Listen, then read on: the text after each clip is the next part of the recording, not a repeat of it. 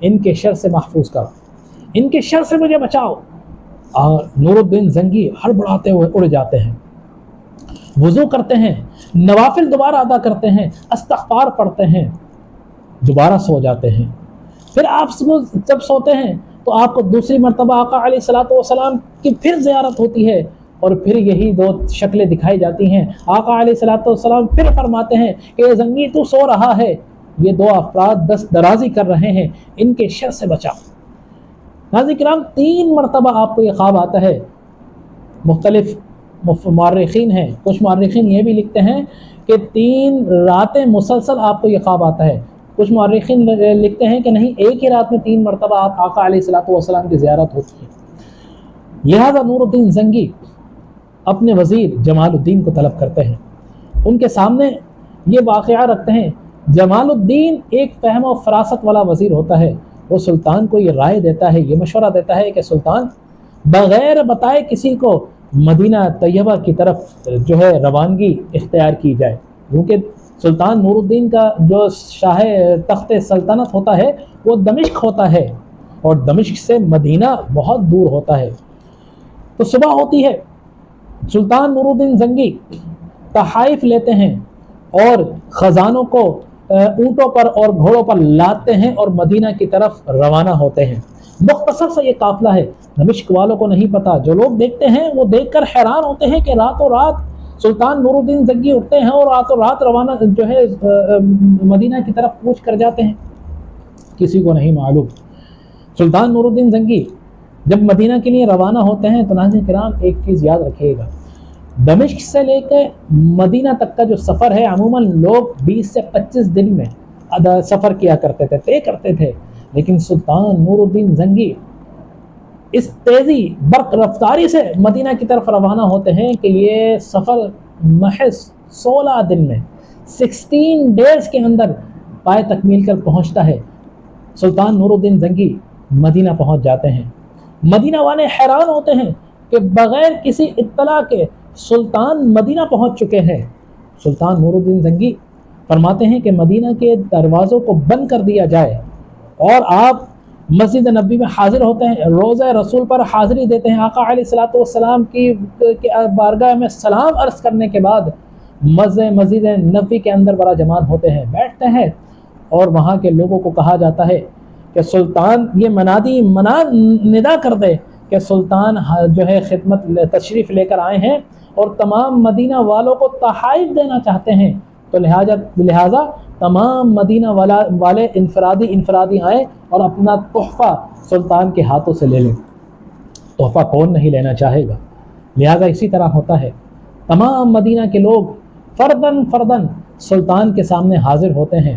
سلطان سب کو غور سے دیکھ رہا ہے، کیونکہ آقا علیہ الصلوۃ والسلام نے 2 اشخاص کا چہرہ دکھایا تھا، شکلیں دکھائی تھیں، تو سلطان ان چہروں کو تلاش کر رہا ہے۔ مدینہ سے میں لوگ مسجد نبوی میں داخل ہو رہے ہیں، اپنا تحفہ لے کر جا رہے ہیں، ایک ایک کر کے تمام مدینے والے اپنے تحفے لے کر چلے جاتے ہیں، لیکن جن شکلوں کی سلطان کو تلاش تھی وہ چہرے سلطان کے سامنے نہیں آ گئے۔ سلطان کی پریشانی ختم نہیں ہوئی۔ سلطان پھر پوچھتے ہیں کہ کوئی ایسا شخص تو نہیں کہ جس نے اپنا تحفہ نہیں وصول کیا ہو؟ لوگ کہتے ہیں کہ نہیں، مدینہ والوں نے سب نے لے لیا ہے۔ سلطان پھر پوچھتے ہیں کہ یاد کرو کوئی ایسا شخص یا کوئی اشخاص ایسے تو نہیں کہ جنہوں نے اپنے تحفے نہیں لیے ہوں؟ تو ان میں سے کچھ لوگ کہتے ہیں ہاں سلطان، 2 افراد ایسے ہیں کہ جو مغربی ہیں، مراکش کے ہیں، یہاں پر آئے ہیں، یہاں کے نہیں ہیں مقامی، لیکن وہ جو ہے انتہائی عبادت گزار ہیں۔ ان کا معمول یہ ہے کہ رات بھر عبادت کرتے ہیں اور دن میں لوگوں کی مدد کرتے ہیں، لوگوں کو تحفے دیتے ہیں، لوگوں کو پانی پلاتے ہیں، کچھ ساعتوں کے لیے مسجد جنت البقیع میں جاتے ہیں اور کسی سے لینا دینا نہیں ہے، کسی سے کچھ نہیں لیتے، صرف لوگوں کو دیتے ہیں۔ سلطان کہتا ہے کہ نہیں، ان لوگوں کو لے کے آؤ تاکہ وہ اپنا تحفہ وصول کریں۔ جب ان کو بلانے کے لیے لوگ جاتے ہیں تو وہ منع کر دیتے ہیں کہ ہمیں کسی سے کچھ لینے کی ضرورت نہیں ہے۔ سلطان کو جب یہ جواب دیا جاتا ہے تو سلطان غصے میں آ جاتے ہیں اور سلطان فرماتے ہیں کہ ان کو لے کر آیا جائے، یہ میرا حکم ہے۔ لہٰذا ان دونوں اشخاص کو سلطان کے دربار میں یعنی مسجد نبوی میں لے کر حاضر ہو جو ہے لایا جاتا ہے۔ آقا علیہ الصلوۃ والسلام نے جن لوگوں کے چہروں کو دکھایا تھا وہ چہرے جیسے ہی سلطان کے سامنے حاضر ہوتے ہیں سلطان ایک نظر میں دیکھ کر پہچان جاتا ہے، لیکن اپنے آپ کو جو ہے سکون میں رکھتے ہیں، برداشت کرتے ہیں اور ان سے سوال کرتے ہیں کہ تم لوگ کون ہو؟ تم یہاں مدینہ کے مقامی تو نہیں ہو؟ وہ کہتے نہیں، ہم مدینہ کے نہیں ہیں، ہم مراکش کے ہیں، ہم یہاں پر آئے تھے حج کے لیے اور پھر ہم یہی رہ گئے۔ ہماری کوشش ہے کہ یہاں حضور علیہ الصلوۃ والسلام کے پڑوس میں ہم زیادہ سے زیادہ وقت گزاریں۔ آقا علیہ الصلوۃ والسلام پوچھتے ہیں کہ تمہاری رہائش کہاں ہے؟ تو وہ کہتے ہیں کہ مدینہ روضہ رسول کے سے بالکل متصل ہماری رہائش ہے، روضہ رسول سے جنوب میں واقع ہے۔ تو سلطان ان کو لے کر ان کے گھر تشریف لے جاتے ہیں۔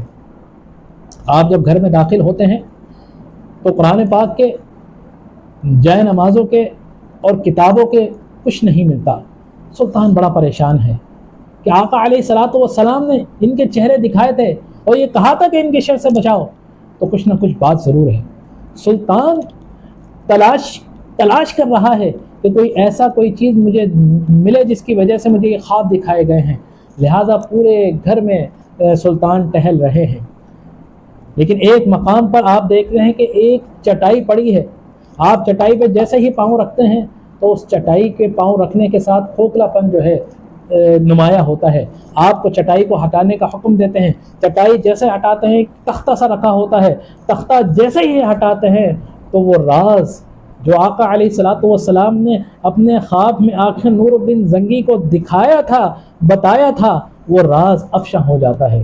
سلطان کی آنکھیں کھلی کی کھلی رہ جاتی ہیں، اطراف میں جو لوگ کھڑے ہیں وہ دیکھ کے دنگ رہ جاتے ہیں کہ بیچ گھر کے عین و عین بیچ جو ہے تختہ ہٹایا جاتا ہے تو ایک سرنگ نمودار ہوتی ہے۔ جی ہاں ناظرین کرام، وہ سرنگ نمودار ہوتی ہے اور وہ سرنگ کو جب سلطان اس سرنگ کے اندر داخل ہوتے ہیں تو دیکھتے ہیں کہ وہ سرنگ روضہ رسول صلی اللہ تعالی علیہ وسلم کی طرف جا رہی ہے، اور عین اس وقت کہ وہ اپنے مضمون جو ہے عزائم کو تکمیل پا لیتے، آقا علیہ الصلوۃ والسلام اپنے غلام کے خواب میں آ کر اس کو اس سازش سے بے نقاب فرما دیتے ہیں۔ آقا علیہ الصلوۃ والسلام، سلطان بڑا پریشان ہوتا ہے، روتا جاتا ہے، آنکھوں سے آنسو جاری ہیں۔ سلطان ان سے پوچھتا ہے کہ اب بھی تم اپنا سچ نہیں بتاؤ گے کہ تم یہ کیا کر رہے تھے؟ تو پھر جب ان کا راز افشا ہو جاتا ہے تو وہ لوگ کہتے ہیں کہ اے سلطان، ہم مسلمان نہیں ہیں، ہم مسیحی ہی ہیں، اور ہمیں ہمارے آقاؤں نے تمہارے نبی آقا دو جہاں صلی اللہ تعالی علیہ وسلم کے جسد کو چرانے کے لیے بھیجا تھا، اور ہم بالکل اس کے قریب تھے کہ ہم دیکھتے ہیں کہ موسلا دھار بارش ہو جاتی ہے، آسمان تڑپ اٹھتا ہے، زمین پر زلزلہ آ جاتا ہے، اتنی بارش ہوتی ہے، اور جب ہم صبح اٹھتے ہیں تو سلطان مدینہ میں تشریف فرما ہوتا ہے، تو ہم بالکل عین قریب تھے کہ اپنے اس مضمون جو ہے کام کو سر انجام دے دیں، لیکن ہمارا راز افشا ہو جاتا ہے۔ وہ کیا جانے کہ یہ راز کس نے افشا کیا تھا؟ یہ تو کائنات کے والی آقا دو جہاں صلی اللہ تعالی علیہ وسلم نے اپنے غلام کے خواب میں آ کر اس راز کو افشا فرمایا تھا۔ سلطان غصے میں آتا ہے اور سلطان فوراً ان کی گردنیں، ان مردود بدبختوں کی گردنیں اڑانے کا حکم دے دیتا ہے۔ ان کی گردنیں اڑا جاتی ہیں، ان کے اجساد کو جلا دیا جاتا ہے۔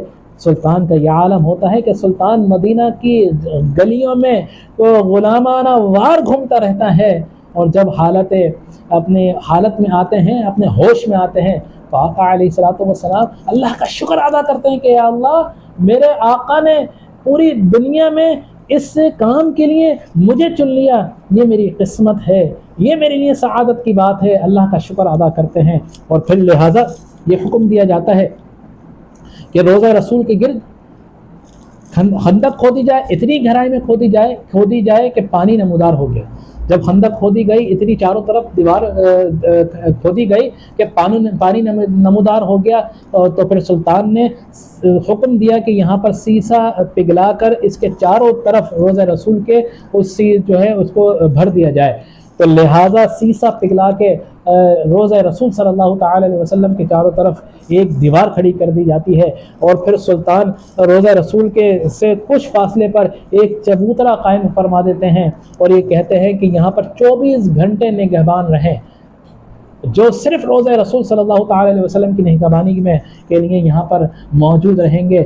تو یہ کارنامہ ہے سلطان نور الدین زنگی کا، کہ دن کا مجاہد ہے، رات کا عابد ہے، عاشق سچا عاشق رسول ہے، کہ جس کو آقا علیہ الصلوۃ والسلام کی زیارت کا شرف بھی حاصل ہوا۔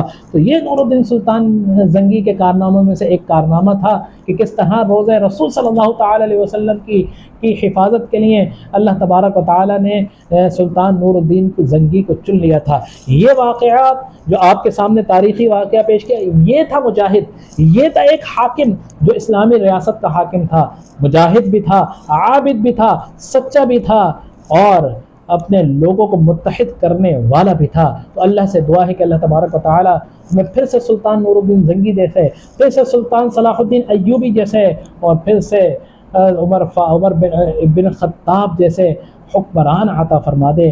انہی کلمات کے ساتھ میں اجازت چاہوں گا۔ اجازت چاہنے سے قبل آپ سے یہ درخواست کرنا چاہوں کہ میرا نہیں بلکہ آپ کا اپنا یوٹیوب چینل علامہ حافظ محمد رضوان بیگ، اس چینل کو سبسکرائب کیجئے، اس چینل کو لائک کیجئے، اور اس چینل کو اپنے تمام گروپ میں شیئر کیجئے تاکہ ہماری حوصلہ افزائی ہو سکے۔ انہی کلمات کے ساتھ اجازت چاہوں گا۔ وآخر دعوانا الحمدللہ رب العالمین۔ السلام علیکم ورحمۃ اللہ وبرکاتہ۔